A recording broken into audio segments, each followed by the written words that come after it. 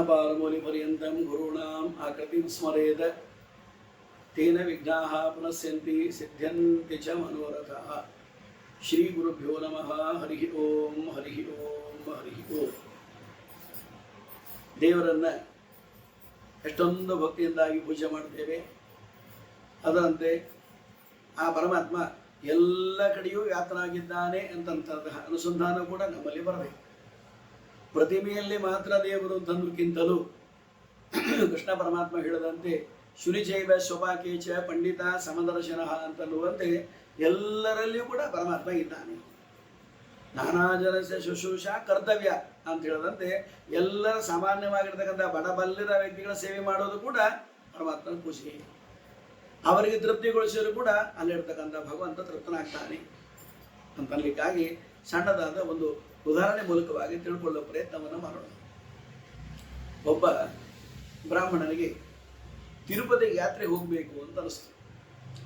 ಅದಕ್ಕೆ ಯೋಚನೆ ಮಾಡಿದ, ತಿರುಪತಿ ಯಾತ್ರಾ ಪಾದಯಾತ್ರೆ ಮೂಲಕವಾಗಿ ಹೋಗಬೇಕು. ಹಿಂದೆ ಎಲ್ಲ ಯಾವ ಈ ಥರದ ವಾಹನಗಳ ಸೌಕರ್ಯ ಹಾಗೆಲ್ಲ ಇರಲಿಲ್ಲ. ಯಾತ್ರೆ ಹೊರಡಬೇಕು ಅಂತ ಸಿದ್ಧನಾದ. ಜನಗಳಿಗೆ ಹೇಳ್ದ, ನಾನು ಊರಿಗೆ ಹೋಗ್ತಾ ಇದ್ದೀನಿ. ಎಲ್ಲ ಜನ ಪಾಪ ಸಾಮಾನ್ಯ ಆಗಿನ ಕಾಲಕ್ಕೆ ಯಾರಾದರೂ ಹೋಗ್ತಾರೆ ಅಂದ ಮೇಲೆ ತಮ್ಮಿನ ಸಾಧ್ಯವಾದ ಕಾಣಿಕೆಗಳನ್ನು ಕೊಡೋರು, ಇದನ್ನು ಹುಂಡಿಯಲ್ಲಿ ಹಾಕುವರು. ಅದರಂತೆ ಅವರಲ್ಲಿ ಒಬ್ಬ ಶ್ರೀಮಂತನಾದ ವ್ಯಕ್ತಿ. ಅವನಿಗೆ ಗೊತ್ತಾಯ್ತು ಇವನು ತಿರುಪತಿ ಹೊರಟಾನೆ ದೇವರ ದರ್ಶನಕ್ಕಾಗಿ. ಅವನಿವನ್ನ ಕರೆದ, ಏನಪ್ಪ ದೇವ್ರಿಗೆ ಹೊರಟಿದ್ದೇನು, ನಾನು ಭಾಳ ಸಾಯ್ತು ದೇವ್ರಿಗೆ ಹೋಗಿಲ್ಲ, ತಿರುಪತಿ ಹೋಗಬೇಕು, ದೇವ್ರ ದರ್ಶನ ಮಾಡ್ಕೋಬೇಕು ಅಂತ ಇದ್ದೀನಿ. ಹೊರದಾಗಿ ಇನ್ನೂ ಅನ್ನೋದ್ರಲ್ಲಿ ಆಗಿದೆ, ಹೊರದಾಗಿ ನನಗಿಂದ ಹೋಗತಕ್ಕಂಥ ಭಾಗ್ಯ ಸಿಗ್ತಾ ಇಲ್ಲ. ನೀ ಏನೋ ಪುಣ್ಯ ಅಂತ ಹೊರಟಿದ್ದಿ, ನಂದು ಒಂದು ಸೇವೆ ದೇವರಿಗೆ ಗುಡಿಸು. ಅನೇಕ ದಿನದ ಹರಕಿದೆ ನಂದು, ಏನಿಲ್ಲ ಬಹಳವಾಗಿಲ್ಲ, ನಾನು ಒಂದು 100 ರೂಪಾಯಿಯನ್ನು ಹುಂಡಿಯಲ್ಲಿ ಹಾಕ್ತೇನೆ ಅಂತ ಬೇಡ್ಕೊಂಡಿದ್ದೆ. ಇನ್ನೂವರೆಗೂ ಹೋಗ್ಲಿಕ್ಕಾಗಿಲ್ಲ, ನಿನ್ನ ಕೈಯಲ್ಲಿ ಕೊಡ್ತೇನೆ, ಮರೀದಿ ಅದನ್ನು ಹುಂಡಿಯಲ್ಲಿ ಹಾಕ್ಬೋದು. ಆಯ್ತು ಸ್ವಾಮಿ ಅವಶ್ಯ ಕೊಡಲಿ ಅಂತ ಇಸ್ಕೊಂಡ ಹೊರಟ. ಆಗಿನ ಕಾಲಕ್ಕೆ ಪಾದಯಾತ್ರೆ ಮೂಲಕ ಹೋಗಬೇಕು. ಆಗ ಪಾದಯಾತ್ರೆ ನಡೀತಾ ಹೊರಟ. ಈ ಊರು ಆ ಊರು ಆ ಊರು ಅದು ಎಲ್ಲೆಲ್ಲಿ ಹೋಗಬೇಕು. ಯಾರೋ ಮನೆಯಲ್ಲಿ ಮಲ್ಕೋದಿದ್ದ, ಯಾರೋ ಊಟ ಹಾಕ್ತಾ ಇದ್ರು, ಊಟ ಮಾಡ್ತಿದ್ದ, ಮತ್ತೆ ಅಲ್ಲಿ ಹೋಗ್ಬೇಕು. ಮುಂದೆ ಎಲ್ಲ ಊಟ ಮಾಡ್ತಿದ್ದ, ಎಲ್ಲ ಮಲ್ಕೋದಿದ್ದ, ನಡೀತಾ ಹೊರಟ. ಹೋಗುವಾಗ ದಾರಿಯಲ್ಲಿ ಹತ್ರ ಹೋದಂತೆ ಇವರಂತೆ ಬೇರೆ ಬೇರೆ ಆಗಿರ್ತಕ್ಕಂಥ ಜನರು ಪಾದಯಾತ್ರೆ ಮೂಲಕ ಹೊರಟವ್ರಿದ್ರು.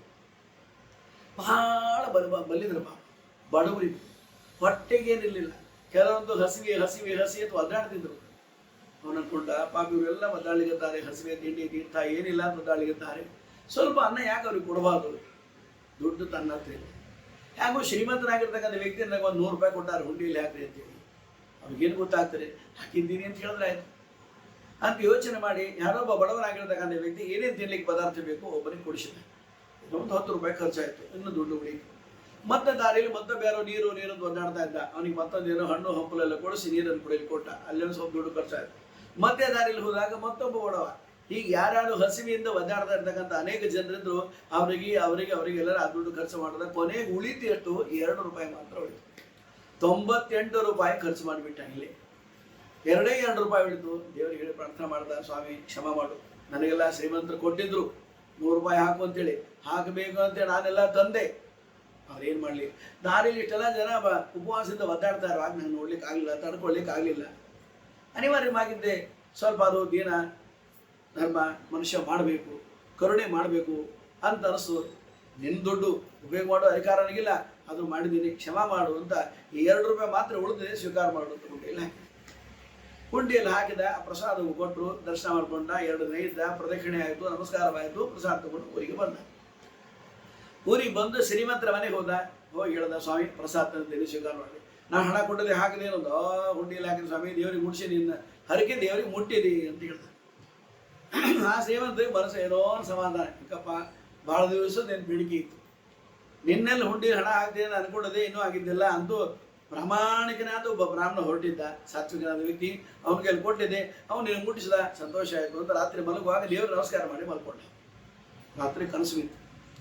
ಆ ಶ್ರೀಮಂತನೇ ಕನಸು ಬಿದ್ದು. ಕನಸಲ್ಲಿ ದೇವರು ಬಂದ. ಏನಪ್ಪ ನಾನು ಹರಕೆ ತೀರಿಸ್ತೇನೆ ಅಂತ ಹೇಳಿದೆ, 100 ರೂಪಾಯಿ ಹಾಕ್ತೇನೆ, ಇನ್ನೂ ಹಾಕೇ ಇಲ್ಲ ಅಂತ. ಅವನಂತ, ಏನು ಸ್ವಾಮಿ ಇದೇನಿದು ಅಂತ. ಹೌದು, ನಾನು 100 ರೂಪಾಯಿ ಹಾಕ್ತೀನಿ ಅಂತೇಳಿ ಹೇಳಿದವನು 98 ರೂಪಾಯಿ ಮಾತ್ರ ಹಾಕಿದ್ದಿ, ಇನ್ನು 2 ರೂಪಾಯಿ ಹಾಕೇ ನೀನು, ಯಾಕೆ 2 ರೂಪಾಯಿ ಕಡಿಮೆ ಹಾಕಿನಿ ಅಂತ. ಇಲ್ಲ ಸ್ವಾಮಿ, ನಾನು ಸರಿಯಾಗಿ 100 ರೂಪಾಯಿ ಕಳಿಸಿದ್ದೇನೆ ಹುಂಡಿಯಲ್ಲಿ ಹಾಕು ಅಂತೇಳಿ. ಸುವರ್ಣ ನಾಣ್ಯಗಳನ್ನು ಕೊಟ್ಟಿದ್ದೆ, ಒಳ್ಳೆ ಉತ್ತಮವಾಗಿದ್ದ ನಾಣ್ಯಗಳನ್ನು ಕೊಟ್ಟಿದ್ದೆ, 100 ಹಾಕಿಲ್ಲ ಅವನು.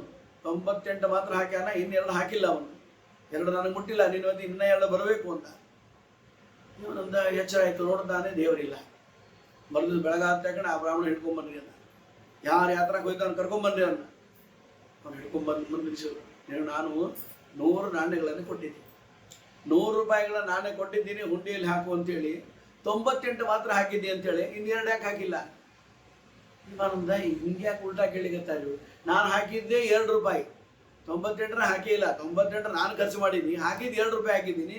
ದೇವರು ಬಂದು ಅವ್ನಿಗೆ ಹೇಳ್ಯಾನಂತ 98 ಮಾತ್ರ ಹಾಕಿದ್ದು, 2 ಹಾಕಿಲ್ಲ, ಇದೇನು ಅಂದ. ಏನು ಮಾಡೋದು ಹೇಳು ಅಂದ. ಇವಾಗ ಹೇಳ್ದ, ಸತ್ಯ ಹೇಳ್ತೀವಿ ಸ್ವಾಮಿ, ಇದ್ದದ್ದು ಹೇಳಬೇಕು ಅಂದರೆ ದಾರಿಯಲ್ಲಿ ಅನೇಕ ಬಡವರು ಓಡಾಡ್ತಿದ್ರು.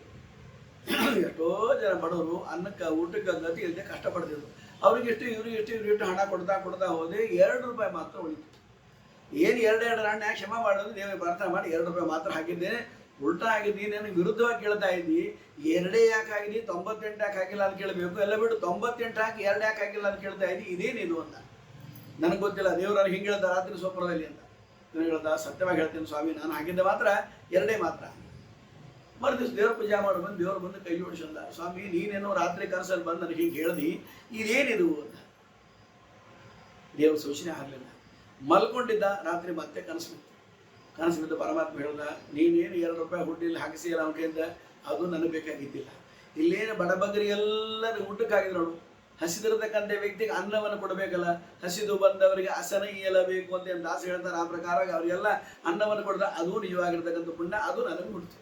ನನಗೆ ಮುಟ್ಟಿದ್ದು ಎಷ್ಟು ಅಂದರೆ, ಇವ ಏನು ಬಡಬಗರಿಗಾಗಿ ಅಂತ ಖರ್ಚು ಮಾಡಿದ ಹಣ ಅದೆಲ್ಲ ನನಗೆ ಮುಟ್ತು. ಬರೀ ಹುಂಡಿಲಿ ಹಾಕಿದ ಮಾತ್ರಕ್ಕಾಗಿ ನನಗೆ ಮುಟ್ಟಂಗಿಲ್ಲ. ಅಂದ ಮಾತ್ರಕ್ಕಾಗಿ ಹುಂಡಿಯಲ್ಲಿ ಹಾಕಬಾರದು ಅಂತಲ್ಲ, ಹುಂಡಿಯಲ್ಲಿ ಹಾಕಬೇಕು, ದೇವರಿಗೆ ಕಾಣಿಕೆ ಸಮರ್ಪಣೆ ಮಾಡಲೇಬೇಕು, ಸಂದೇಹನೇ ಇಲ್ಲ. ಅದು ಒಂದೇ ಗುರಿ ಅಂತ ಇಟ್ಕೊಳ್ಬಾರದೆ ಹೊರತಾಗಿ, ನಮ್ಮ ಪರಿಸರದಲ್ಲಿ ಎಷ್ಟೋ ಜನ ಬಡತನದಲ್ಲಿ, ಕಷ್ಟದಲ್ಲಿ, ಹಸಿವೆಯಿಂದ, ನೀರಿನಕ್ಕಿಂತ ಒದ್ದಾಡ್ತಿರ್ತಾರೆ, ಕಷ್ಟಪಡ್ತಿರ್ತಾರೆ.